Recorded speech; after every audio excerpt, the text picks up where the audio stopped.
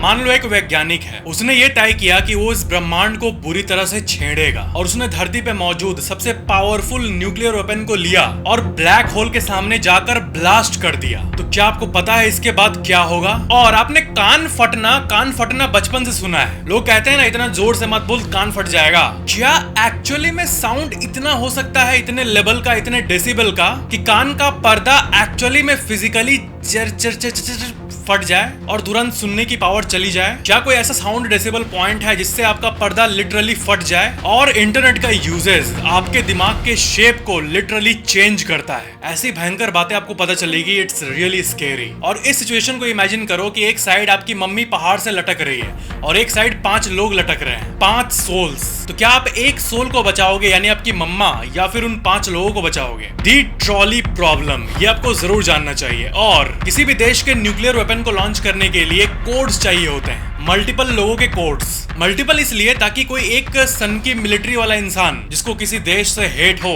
वो ऐसे ही लॉन्च ना कर दे। पर मिलिट्री वालों और टॉप ऑफिशियल्स को छोड़ दो, एक कॉमन व्यक्ति है, एक बिल्कुल नॉर्मल व्यक्ति जो कि सिर्फ अपने डिसीजन पे न्यूक्लियर वेपन को लॉन्च कर सकता है। एकदम कॉमन इंसान है वो। और कौन है वो, ये जान के आपका दिमाग फट जाएगा। ये सब और ऐसे कई और इंटरेस्टिंग फैक्ट्स आप इस वीडियो में जानोगे, जिनको सुनकर आप कहोगे ब्रेथ टेकिंग। अगर आपने अभी तक नहीं किया है तो इतना देरी क्यों कर रहे हो? सब्सक्राइब करके बेल आइकन जरूर ऑन कर लेना। बेल आइकन मतलब कोई वीडियो मिस नहीं होगी। Let's begin. Fact number 13। एक बड़ा सीरियस सवाल पूछ रहा हूं आपसे, क्या होगा अगर हम धरती के सबसे पावरफुल न्यूक यानी न्यूक्लियर वेपन को लेके ब्लैक होल के सामने जाके ब्लास्ट कर दें? कोई सन की वैज्ञानिक ऐसा असल में कर दे तो क्या होगा? क्या वो ब्लैक होल तहस नहस हो जाएगा या क्या होगा? ज्यादा कुछ नहीं होगा, बस ब्लैक होल आपको देख के ऐसे स्माइल करेगा और कहेगा कि ये क्यूट इंसान क्या कर रहे हैं मेरे साथ। ये सिचुएशन ऐसा ही है जैसे कोई छोटा बच्चा आपको रुई से मार दे, जोर से, कॉटन रुई से। ब्लैक होल उस न्यूक्लियर एनर्जी को एब्जॉर्ब करके उल्टा और बड़ा हो जाएगा साइज में। हालांकि उस न्यूक्लियर वेपन के चलते ब्लैक होल का एनर्जी 0.00001% ही बढ़ेगा, पर फिर भी उसको कुछ नहीं होगा और उल्टा वो और ज्यादा ताकतवर हो जाएगा। इससे ये बात समझ आती है कि आपके पास अभी तक की इंसान की बनी सबसे खतरनाक चीज हो, जो कि ऑफ कोर्स है न्यूक्लियर वेपन, उससे भी आप ब्लैक होल का कुछ भी नहीं बिगाड़ सकते। यानी बाई चांस अगर कोई रोग ब्लैक होल सोलर सिस्टम में एंटर कर गया तो वैज्ञानिक हाईएस्ट टेक्नोलॉजी को यूज करके भी कुछ नहीं कर पाएंगे। ब्लैक होल्स आर जस्ट ढीठ। Fact number 12। आपने कई बार ये सुना होगा कि इतना जोर से मत बजा डीजे, कान फट जाएगा। तो ये जो कहावत है नॉर्मल सा कान फटने वाला, क्या एक्चुअल में किसी साउंड डेसिबल यानी साउंड के लेवल पे जाके कान का पर्दा यानी ईयर ड्रम, जिसका ऑफिशियल साइंटिफिक नेम है टिम्पैनिक मेम्ब्रेन, क्या वो सच में फट सकता है लिटरली? तो इसका आंसर है नहीं। आपका बॉडी उतना कमजोर नहीं, ये नहीं, एक्चुअल में फट सकता है। जी हाँ, 130 डेसिबल के ऊपर का साउंड इमीडिएटली आपके ईयर ड्रम्स को रप्चर कर सकता है, फाड़ सकता है। जापान का हिरोशिमा न्यूक्लियर अटैक में साउंड 200 डेसिबल तक पहुंच गया था, यानी आग से मरने के पहले ही कई लोगों ने इमीडिएटली सुनने की कैपेबिलिटी खो दी थी। मतलब जैसे बॉम्ब ड्रॉप हुआ, 5-10 सेकंड में आग के फैलने के पहले ही लोग उस साउंड के चलते इमीडिएटली सुनने की शक्ति खो चुके थे, वहां के हजारों लोग। तो हाँ, ये जो कहावत है कान फटने वाला, वो एक्चुअल में लिटरली होता है। कान के पर्दे एक्चुअल में फटते हैं। Fact number 11। कुछ ऐसे क्वेश्चंस होते हैं जिसका आंसर इंसान डेकेड से खोजते रहते हैं, पर टेक्निकल आंसर नहीं मिल पाता और अलग अलग लोगों का अलग अलग आंसर होता है। इन्हीं अजीब सवालों को पैराडॉक्स कहते हैं। तो इंसानी दिमाग का एक प्रॉपर्टी मैं आपको बताने वाला हूँ, बड़ा ही इंटरेस्टिंग, और इसके ऊपर एक पूरा रिसर्च हुआ था 1967 में। और जो मैं आपको बताने वाला हूँ इसके बारे में फिलोसोफर फिलिप्स फुट ने सबसे पहले बताया था। रिसर्च में ये पता चला था कि इंसानी दिमाग में जो सबसे अल्टीमेट साइकोलॉजिकल वैल्यू है वो कौन सी है। यानी देखो, आपका दिमाग फिजिकली कैसा है, उसमें न्यूरॉन्स है, सेल्स है, ये बातें तो फिजिकल हो गई, जो फिजिकल रूप में यहाँ पे है, जिसको हम टच कर सकते हैं। लेकिन हमारे दिमाग में बहुत सी साइकोलॉजिकल चीजें होती है ना, सोच के लेवल पे, जैसे कि माइंड सेट, जैसे कि किसी का माइंड सेट, किसी की सोच। तो इन साइकोलॉजिकल सोच के लेवल पे जो अल्टीमेट चीज है वो कौन सी है? इसका आंसर एक वर्ड में है और वो है वैल्यू। VALUE।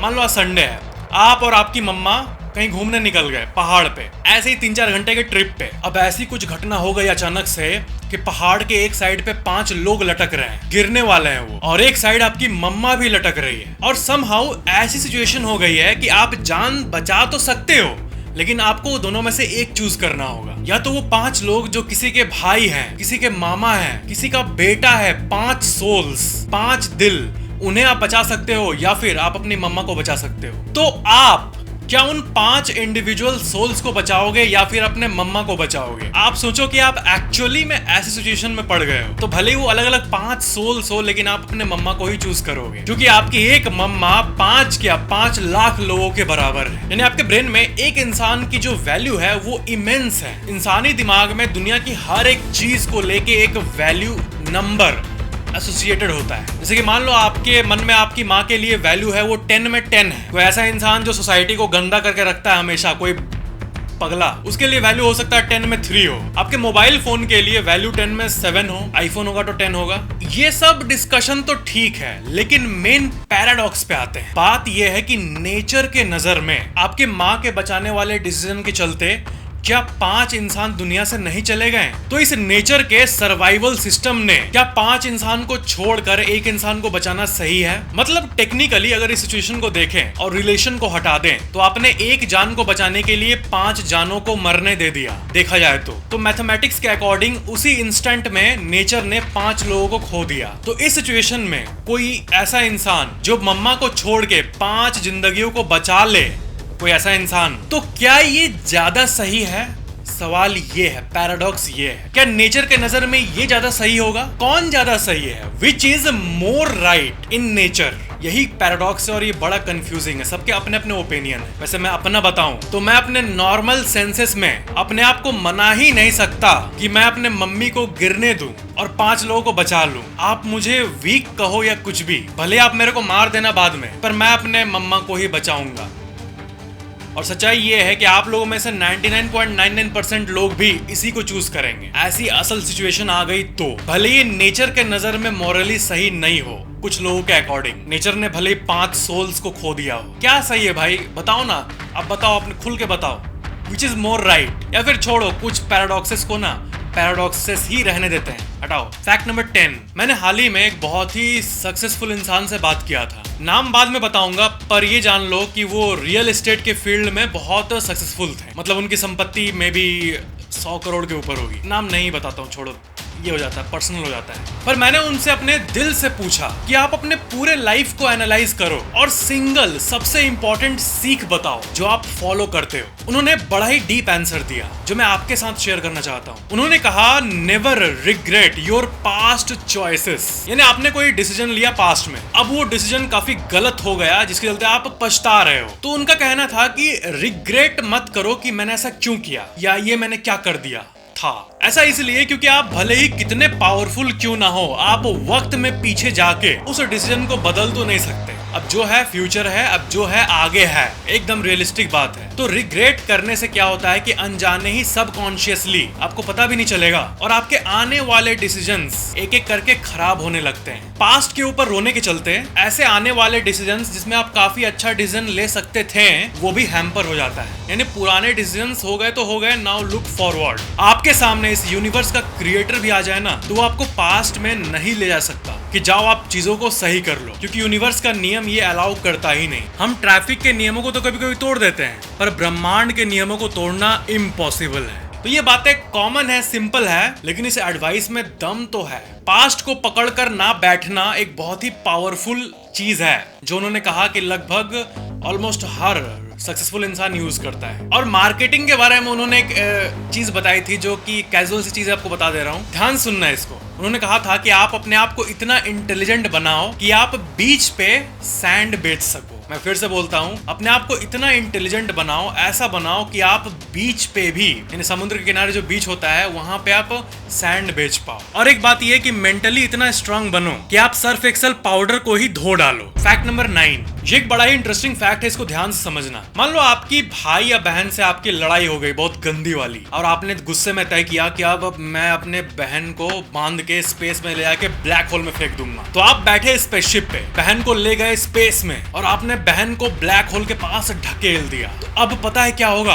आप देखोगे कि आपकी बहन ब्लैक होल के पास खींची चली जा रही है और आखिरकार वो ब्लैक होल के बॉर्डर के पास पहुंच गई, इवेंट होराइजन के पास, और वो ऐसे अंदर गई। फिर आपने देखा वो बॉर्डर में ऐसे फ्रीज हो गई। जैसे वो बॉर्डर में पहुंचेगी ब्लैक होल के, वो ऐसे रुक जाएगी। आपके आंखों के सामने लाइव उसका शरीर ऐसे फ्रीज दिखेगा। तो आपके पर्सपेक्टिव से वो फ्रीज दिख रही है इवेंट होराइजन पे, ब्लैक होल के बॉर्डर पे, पर असल में वो ब्लैक होल के अंदर जा चुकी होगी। पर आपको लाइव उसका बॉडी वहां ऐसे बॉर्डर पे ही रुका हुआ दिखेगा। ऐसा क्यों? ऐसा इसलिए क्योंकि लाइट ब्लैक होल के अंदर से एस्केप नहीं कर सकता है। इवेंट होराइजन वो लास्ट प्लेस है जिसके पास से लाइट आपके आंखों में पहुंच सकता है, और उसी बॉर्डर को पॉइंट ऑफ नो रिटर्न कहा जाता है। इसलिए लास्ट पोजीशन पे आप उसको फ्रीज देखोगे, क्योंकि वही लास्ट लाइट है जो आपके आंखों तक जाएगी, भले ही वो एक्चुअल में अंदर जा चुकी होगी। अब सवाल ये है कि आप उसको वैसे पोजीशन में कितने देर तक देखोगे? तो इसका आंसर है इनडेफिनेटली। आप उसको हमेशा ऐसे ही फ्रीज देखोगे ब्लैक होल के बॉर्डर पे, क्योंकि वही लास्ट लाइट है जो कि ब्लैक होल से एस्केप कर सकती है। बहुत डीप फैक्ट है लेकिन मजेदार है। आपको लिटरली लाइव उसका बॉडी वहां पे फ्रीज दिखेगा, लेकिन वो कब का अंदर जा चुकी होगी। कितनी अजीब बात है ना। अब वो अंदर जाएगी ब्लैक होल में, उसके बाद क्या होगा ये तो साइंस अभी तक पता नहीं कर पाई है। इसका एक भी एक्सप्लेनेशन मौजूद नहीं है, क्योंकि सारे थ्योरीज बिखर जाते हैं ब्लैक होल के अंदर की बात करें तो। ये जो लॉज ऑफ फिजिक्स हैं वो घास चरने चल जाते हैं जब ब्लैक होल के अंदर की बात करें तो। पर मॉरल ऑफ द स्टोरी ये है कि सिस्टर से जब लड़ाई हो जाए तो उसे ब्लैक होल में कभी मत फेंकना, प्लीज प्लीज प्लीज प्लीज मत फेंकना उसे ब्लैक होल में।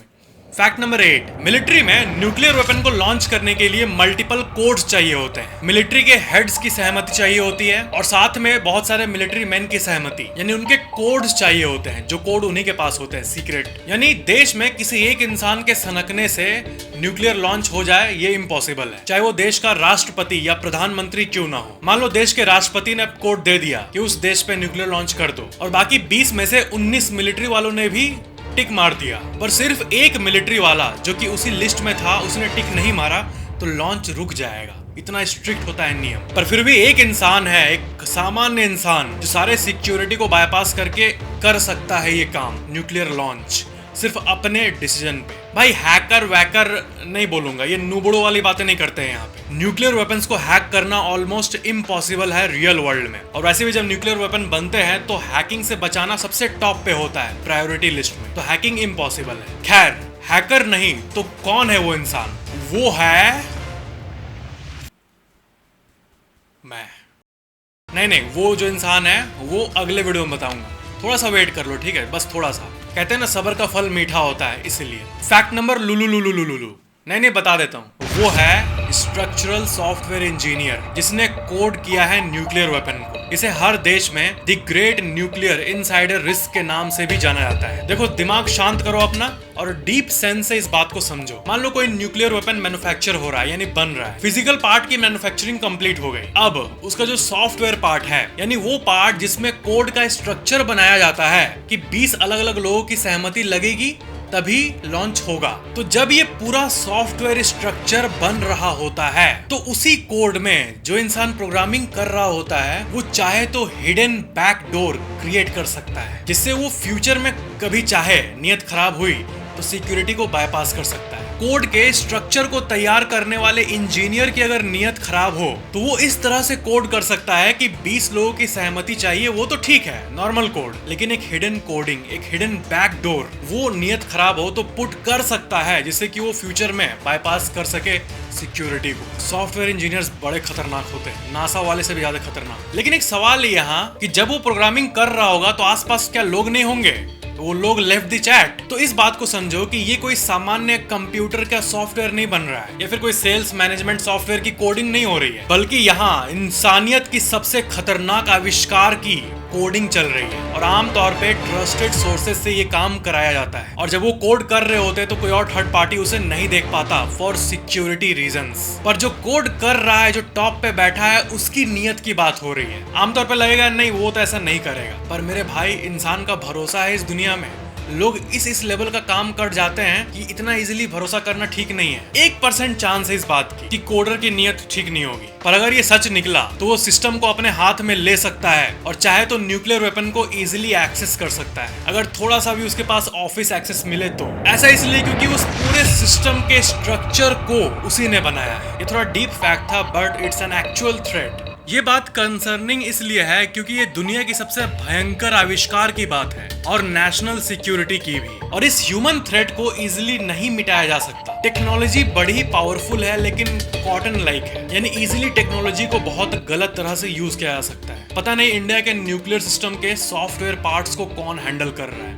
ये सोचने में बड़ा फैसिनेटिंग लगता है। फैक्ट नंबर 7, मैंने आपको एक फैक्ट में बताया था कि धरती पे कोई भी साउंड को हम डेसिबल में मापते हैं और अप टू 79 डेसिबल हेल्दी होता है, और नॉर्मल आवाज जो आप सुन रहे हो वो 60 डेसिबल के आसपास होता है, और शादियों का कान फाड़ने वाला जो डीजे होता है वो 95 डेसिबल्स तक चला जाता है। पर आप लोगों ने कमेंट्स में पूछा कि धरती पे सबसे हाईएस्ट डेसिबल पॉसिबल कौन सा है, मतलब साउंड क्या है, हवा में वाइब्रेशन का ही तो खेल है। तो धरती का जो एयर है वो कितने डेसिबल्स तक को सपोर्ट कर लेता है, इसका एक्चुअली एक लिमिट है। देखो सबसे पहले एग्जाम्पल्स देखते हैं। जब एक रॉकेट लॉन्च होता है तब रॉकेट जहां लॉन्च हो रहा है उसके एकदम पास अगर कोई इंसान खड़ा है तो उसको साउंड मिलता है 180 डेसिबल का। कोई एक्चुअल न्यूक्लियर एक्सप्लोजन हो जाए तो उसका साउंड 200 डेसिबल तक चला जाता है, एक इंटेंस शॉक वेव क्रिएट हो जाता है। और एक बात जान लो, थोड़ा सा जानने की बात है, 194 डेसिबल के ऊपर का कोई भी साउंड नहीं होता, बल्कि वो शॉक वेव कहलाता है। और साउंड और शॉक वेव में भला क्या अंतर होता है, आप कहोगे इजीली बताना ताकि समझ आ जाए। तो सुनो, अंतर ये होता है कि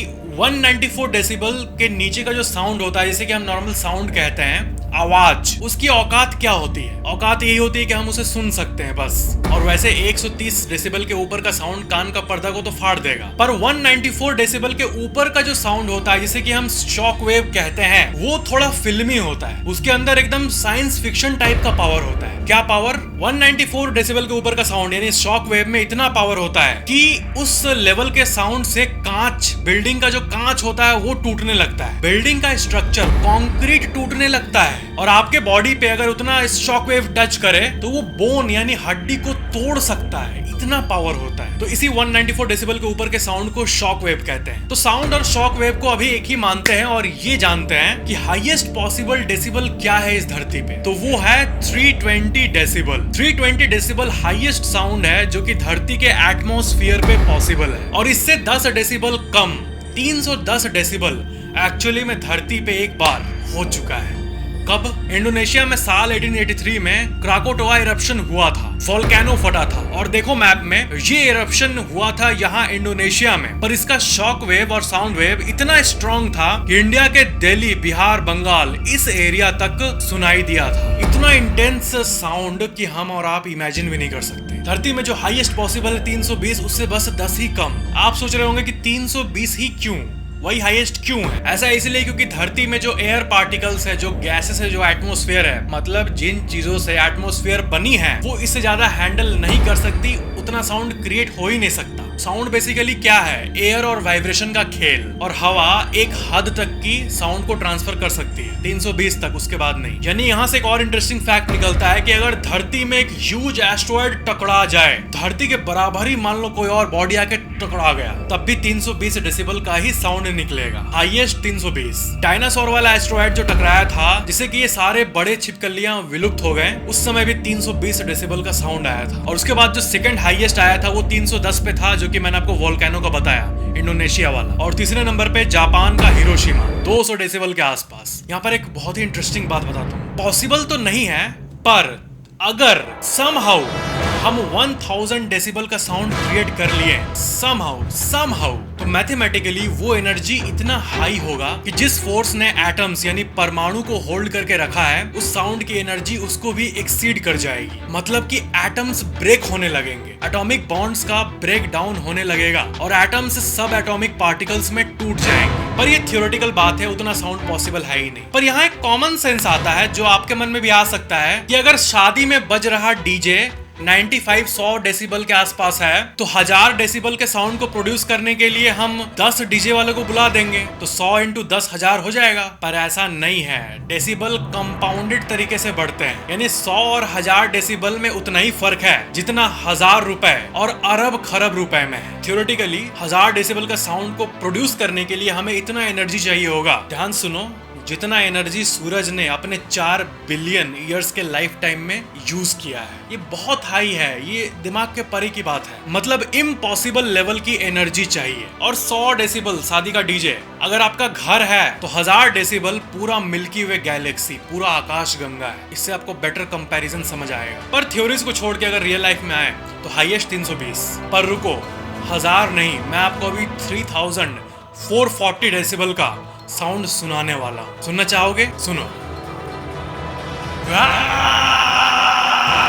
फैक्ट नंबर 6, ये कहानी सुन के आप इमोशनल हो जाओगे। कोटोकू वमोरा जापान के मेयर थे फुडाई नाम के सिटी के। वो बड़ा ही सिंपल लाइफस्टाइल जीते थे और एक अच्छे ट्रू पॉलिटिशियन माने जाते थे। पर उन्होंने साल 1984 में अरबों रुपए, बिलियंस ऑफ डॉलर्स लगा के एक बड़ा सा वॉल खड़ा किया पूरे फुडाई विलेज के चारों तरफ, और कहा कि कभी भी भविष्य में सुनामी या फिर बाढ़ आएगी तो इस वॉल के चलते गांव में एक बूंद भी पानी नहीं आएगा। फ्लड गेट कहते हैं इसे। इंडिया में तो ये कॉमन नहीं है, बट बाकी रीजन्स में बहुत कॉमन है फ्लड गेट। उन्होंने 51 फीट का एक फ्लड गेट बनाया और उन्होंने अपने हिसाब से स्टडी करके इसे बनाया था, पर इससे शहर का ह्यूज टैक्स कॉर्पस यूज हो गया था। पॉलिटिक्स में होके भी उनका जो कन्विक्शन था उन्होंने वो किया, और उन्हें विरोध जो मिला था वो अल्टीमेट लेवल का मिला था। आप यकीन नहीं करोगे, लोग इस प्रोजेक्ट को यूजलेस मान रहे थे। पूरे जापान देश में उनको क्रिटिसाइज किया गया था। लोग कह रहे थे कि ये बुढ़ा कुछ ज्यादा ही अनरियलिस्टिक सोच रहा है, इतना खर्चा करने की क्या जरूरत था, थोड़ा रियलिस्टिक सोच के बनाता कम हाइट का, और इतना टैक्स कॉर्पस यूज करने की क्या जरूरत थी। और नॉर्मल क्रिटिसाइज नहीं, वो फुडाई विलेज के सबसे हेटेड पर्सन बन गए थे। 1984 में फ्लड गेट बना और 13 साल बाद लोगों का ताना सुनते सुनते बेचारे वो चले गए इस दुनिया से। ताना यही रहता था कि फंड्स को इंफ्रास्ट्रक्चर में यूज करते, इतना बड़ा वॉल क्यों। और 1984 में जो लोग रह रहे थे उन्होंने लास्ट बड़ा सुनामी या बाढ़ ऐसा कुछ 50 साल पहले 1930s के आसपास देखा था। इसलिए लोगों को कोई इमीडिएट अर्जेंसी नहीं फील हो रही थी कि हमें हजारों करोड़ लगा के एक गेट बनाना है। पर मेयर ने लार्जर पिक्चर को देखा था, तो लोगों का डिसरेस्पेक्ट को सहते हुए वो चले गए इस दुनिया से। देन साल 2011 में आया जापान के इतिहास का सबसे भयंकर सुनामी। जापान के सारे मेजर प्लेसेस डूब गए सुनामी में, हजारों लोग मारे गए। ऑलमोस्ट सारे मेजर प्लेसेस पे पानी आ चुका था, पर फुडाई विलेज बिल्कुल सेफ था। उस शहर में एक भी इंसान नहीं मरा था। एक मरा था जो कि उसी शहर के बाहर था। सारे छोटे बच्चे, सारे परिवार बिल्कुल सेफ थे, सिर्फ उस फ्लड गेट के चलते। वो अगर फ्लड गेट नहीं होता तो मैथमेटिक्स और सिमुलेशन से ये पता चला कि वो विलेज का 40% एरिया का घर वाइप आउट हो चुका होता। और जापान में ऐसे सीन्स कॉमन है। उसके बाद जापान रिकवर किया और सारे पुराने रेसिडेंट्स को गिल्ट फील हुआ, और उसके बाद बहुत से लोग देखे गए कि वो हर हफ्ते रेगुलरली उनके ग्रेव में जाके, मेयर के ग्रेव में जाके फूल चढ़ाते हैं, अभी भी चढ़ाते हैं। यानी जिंदा में तो ताना मार मार के उस इंसान को, बेचारे को मार दिया। उनको डिसरिस्पेक्ट करने का एक ट्रेंड सा बन चुका था, पर मरने के बाद लोग उन पे फूल डालने आ रहे हैं। मतलब यही है कि एक इंसान के माइंड सेट को समझना चाहिए कि ब्रॉडर पिक्चर में वो क्या करना चाह रहा है। और सबसे इंपॉर्टेंट बात, किसी को इतना भी क्रिटिसाइज नहीं करना चाहिए, ओवर क्रिटिसिज्म, कि वो डिप्रेशन में ही मर जाए। कोटोकू सर, ये मेरे देश की तो बात नहीं है, जापान की बात है, पर फिर भी थैंक यू जो आपने इतने घरों को, इतने लोगों को बचा दिया। You are a hero. Fact number 5, आपने बॉटल्स को तो देखा होगा, पर क्या आपने कभी स्मार्ट बॉटल के बारे में सुना है? आपका नॉर्मल पानी का बॉटल तो एक डेड बॉटल है, ना वो कुछ बोलता है, ना उसको कोई आपसे मतलब है। पर स्मार्ट बॉटल एक ऐसा बॉटल होता है जो कि आपका केयर करेगा, बिल्कुल आपकी गर्लफ्रेंड की तरह, जो मोबाइल की तरह रिंग करेगा और आपके बॉडी कॉम्पोजिशन और हैबिट के हिसाब से, यानी डेटा के हिसाब से बताएगा कि आपको कब पानी पीना है। यानी ये बॉटल आपको ऑलमोस्ट हर समय हाइड्रेटेड रखेगा। और जो डिहाइड्रेशन की प्रॉब्लम है जो कि हम लोग अक्सर फेस करते हैं, जैसे ट्रैवल करते समय या फिर स्पोर्ट्स के समय, वो नहीं हो सकता अगर ऐसा बॉटल आपके पास आ जाए तो। और ज्यादातर स्पोर्ट्स पर्सन इसी बॉटल को यूज करते हैं और उनको नोटिफिकेशन आ जाता है कि आप पानी पीना है। चल पानी पी, टाइम हो गया, पानी पी। फैक्ट नंबर 4, मान लो आपने केला खाया और उसको अपने घर के डस्टबिन में फेंक दिया। वो डस्टबिन कचड़े वाले गाड़ी ले जाते हैं, ठीक है, या फिर आप कहीं पे फेंकते हो और वहां से फिर कचरा वाला गाड़ी लेके ले जाता है। वेस्ट मैनेजमेंट वाले उसे उठा के ले गए। उसके बाद आखिर क्या होता है, वो कहाँ जाता है, उसका फाइनल अल्टीमेट डेस्टिनेशन क्या है? क्या समुद्र अल्टीमेट डेस्टिनेशन है या क्या? तो इसका आंसर एक वर्ड में है और वो है लैंडफिल्स। लैंडफिल मतलब कचड़ों का एक पूरा इलाका। और लैंडफिल्स को देख के कॉमन सेंस हम सब के मन में ये आता है कि वहां से भी तो कचड़ा कहीं जाता होगा ना, पर ऐसा नहीं है। कचड़ों का फाइनल डेस्टिनेशन लैंडफिल ही होता है। वहीं पे वो इनडेफिनेटली रहते हैं जब तक डीकंपोज ना हो जाए। और लैंडफिल्स में जो केले के छिलके और ये सब होते हैं जो कुछ दिन में मिट्टी में मिल जाएंगे, उसको वहीं पे छोड़ दिया जाता है। और जो इलेक्ट्रॉनिक वेस्ट होते हैं जैसे कि पुराने मोबाइल्स, पुराने मदरबोर्ड, ये सब चला जाता है रिसाइकल के लिए। प्लास्टिक जिसको कि मिट्टी में मिलने में 600 साल 1000 साल लग जाएंगे, उसको अलग करके रिसाइकल के लिए भेज दिया जाता है। पूरे भारत का कचरा संभालने के लिए अराउंड 3000 लैंडफिल्स मौजूद है। जैसे एनसीआर में गाजीपुर लैंडफिल, जिसको मैंने अपनी आंखों से हजारों बार देखा है आते जाते समय। चेन्नई लैंडफिल भी है, मुंबई लैंडफिल भी है और ऐसे बहुत लैंडफिल्स हैं। तो आपके घरों की कचड़ों की अपनी इज्जत तो नहीं होती है, लेकिन जब वो जाते हैं लैंडफिल, वो उनका अपना शहर होता है। वहां पर वो खूब मजे करते हैं। वैसे अगर आप कभी लैंडफिल में चले जाओ और वहां का स्मेल सुनना एक बार, आपको पता चल जाएगा कि नरक क्या होता है। आपने जो सबसे बदतर स्मेल आज तक सुना है ना, जिंदगी का सबसे बदतर स्मेल, उसको लो और उसको इंटू 900 कर दो, उतना बदतर स्मेल। पर अब एक इंपॉर्टेंट ट्विस्ट आता है इंफॉर्मेशन में, ध्यान से सुनो। अभी मैंने 20-30 सेकंड पहले ये कहा कि लैंडफिल्स में जो केले और बाकी नॉर्मल चीजें होते हैं जो कि मिट्टी में मिल जाएंगी, उसको वहीं पे छोड़ दिया जाता है मिट्टी में मिलने के लिए, और इलेक्ट्रॉनिक वेस्ट और प्लास्टिक को अलग किया जाता है। ठीक है, समझ आता है। पर ट्विस्ट ये है कि जिस केले के छिलके को डीकंपोज होने में 2 हफ्ते लगते हैं नॉर्मली, लैंडफिल्स में उसी केले के छिलके को डीकंपोज होने में 8 महीने से लेके 12 महीने लग जाते हैं। ऑलमोस्ट 1 साल लग जाता है। कहाँ 1.5-2 हफ्ता और कहाँ 1 साल। इसीलिए लैंडफिल्स का वेस्ट का जो हाइट है वो बढ़ता रहता है। और इसलिए आपको ऐसा न्यूज आर्टिकल देखने मिलता है कि गाजियाबाद का गाजीपुर लैंडफिल कचड़ों का माउंट एवरेस्ट बन गया है। पर ऐसा आखिर क्यों? इतना टाइम क्यों लगता है? क्यों आपके घर के सामने वाले मिट्टी में केले का छिलका 2 हफ्ता में मिट्टी बन जाएगा, पर लैंडफिल में 1-1.5 साल लग जाएगा? मतलब कुछ ज्यादा नहीं हो गया? ऐसा इसलिए क्योंकि लैंडफिल्स में नॉर्मली ऑक्सीजन का मात्रा बहुत कम होता है और मीथेन गैस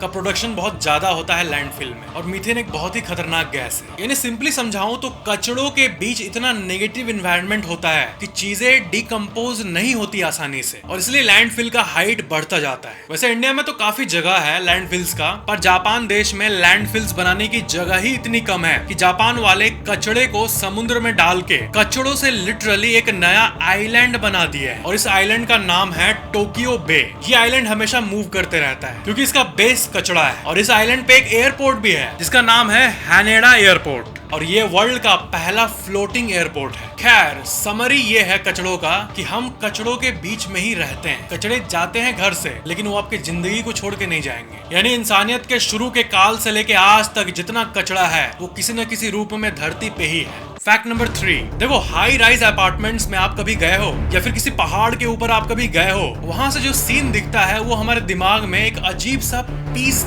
देगा। ये आप नोटिस करना। ऐसा इसलिए नहीं होता है कि ऊपर से नीचे का व्यू बहुत रेयर होता है इसलिए आपको मजा आता है, बल्कि इसका एक एवोल्यूशनरी कारण है जो कि बहुत मजेदार है। ऊपर का व्यू मन के अंदर हैप्पीनेस, कंटेंटमेंट, सेटिस्फैक्शन और पीस इसीलिए देता है क्योंकि आज से हजारों साल पहले चलते हैं बाबा आदम के जमाने में। तो जो ह्यूमंस ऊपर वाले एरिया पे रहते थे जहां से अच्छा खासा व्यू मिलता हो पूरे एनवायरनमेंट का, पूरा लैंड का, एक हायर पॉइंट से, उनके पास सर्वाइवल एडवांटेज होता था। वो दूर से ही अपने राइवल्स को देख पाते थे, वाटर रिसोर्सेज को देख पाते थे। अगर कोई एनिमल आ रहा है तो पहले अपने आप को तैयार कर लेते थे, यानी कि सर्वाइवल एडवांटेज। इसीलिए इंसान का ब्रेन ऐसा ही इवॉल्व हुआ कि एक ब्रॉडर व्यू मन के अंदर सेंस ऑफ सेफ्टी देता है। बड़ा इंटरेस्टिंग बात है ये। इवन इफ अगर कोई थ्रेट ना हो आसपास, फिर भी एक वाइड एरिया को देखने से एक साइकोलॉजिकल सेंस ऑफ कंट्रोल जगता है मन के अंदर, क्योंकि आप बहुत सारा एरिया को एक ही व्यू में देख पाते हो। सराउंडिंग में क्या हो रहा है वो आप पहले ही देख के अलर्ट हो सकते हो। और अवेयर रहना इंसानों के सर्वाइवल के चांसेस को बढ़ाता आ रहा है पास्ट से लेकर आज तक। और यही एवोल्यूशनरी कारण था कि एलिवेटेड व्यूज इंसानों के लिए प्लेजरेबल क्यों होता है, और सिर्फ प्लेजर ही नहीं, पीस भी देता है। और ऊपर से कोई भी व्यू देखता है तो लोग ऐसे कहते हैं, वाओ व्हाट अ व्यू। मेरा एक अपार्टमेंट है 12th फ्लोर पे, वहां से मैं भी देखता हूँ तो मुझे भी ऐसे ही फील होता है।